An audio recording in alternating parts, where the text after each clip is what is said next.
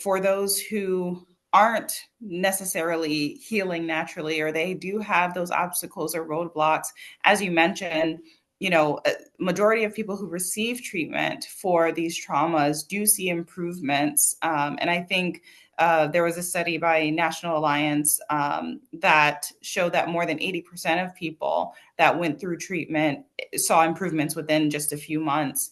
So the healing is possible. And I'm curious, I think you've alluded to some of it a bit already, but what does true healing look like after a trauma? And what does it really mean to move past and be able to thrive and not just survive, right? So if we have this natural inclination to move on and to get past it, how do we then thrive through it? So I think there's a couple different approaches to this depending on if we're talking about a loss or a trauma.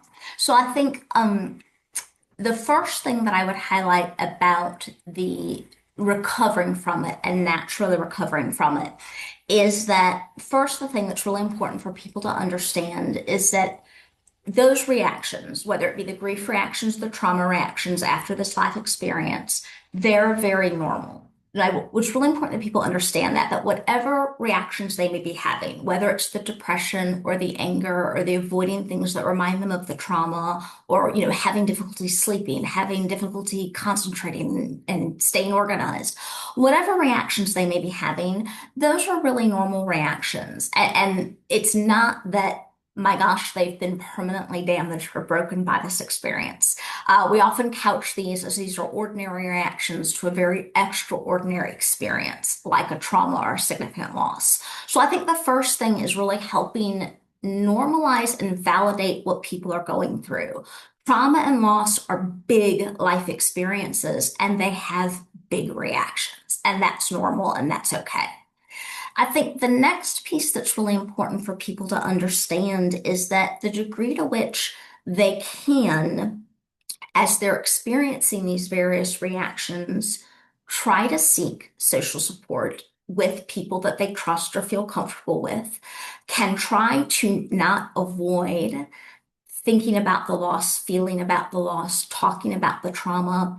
Those are things that can really help people start to move forward. We know that with both trauma and grief, it's that avoidance of trying to shut down the feelings because they're overwhelming and they're painful, that avoidance of talking about or sharing the experience with others so that they can't get that support that they need. Those are things that can absolutely help kind of disrupt that recovery process. So I think helping people be aware of how avoidance can be so detrimental, even though it's so natural to want to avoid these things. And avoidance is tricky because it works in the short term, right? Like, gee, crowds make me anxious and I walk into a grocery store on a Saturday and it's super crowded and my anxiety goes up. If I walk out of the store, my anxiety is going to go down. Avoidance worked until the next time I'm in a situation with a crowd and I walk in and my anxiety is going to go right back up and even higher.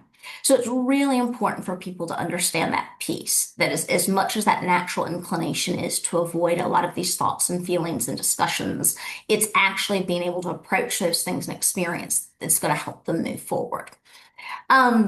And in terms of really kind of knowing how you're recovering, I would say that with both of these life experiences, we do know that a lot of those reactions and those changes that take place right after the event, they do eventually dissipate over time. And so I would say that that's one thing that a person can kind of want to be aware of and kind of even doing a little bit of self-monitoring is, my gosh, right after a significant loss, if I notice that most of the time my emotions are pretty negative, pretty sad, pretty intense and overwhelming, but over time, suddenly they aren't quite as overwhelming as they used to be. And suddenly, oh, it's a little more balanced. I'm finding myself looking forward to something. I'm finding myself laughing at a joke. You can start to kind of see those shifts and that balance come back into place. Same way with the frequent thoughts. Really, really common with loss and trauma that people, even though they may not necessarily want to think about it, will often have really frequent thoughts about the event. And usually over time, if a person is kind of progressing forward with recovery, we'll see some of those thoughts start to kind of descend and come down. So I think part of it too is just kind of watching those reactions and seeing them shift over time. If they don't seem to be shifting, if we're getting several months out from the event and there really hasn't been any change at any level in any of those, and or if they're even getting worse, that's usually an indication that professional help may be warranted, at least to determine if there's a formal diagnosis and if treatment is needed.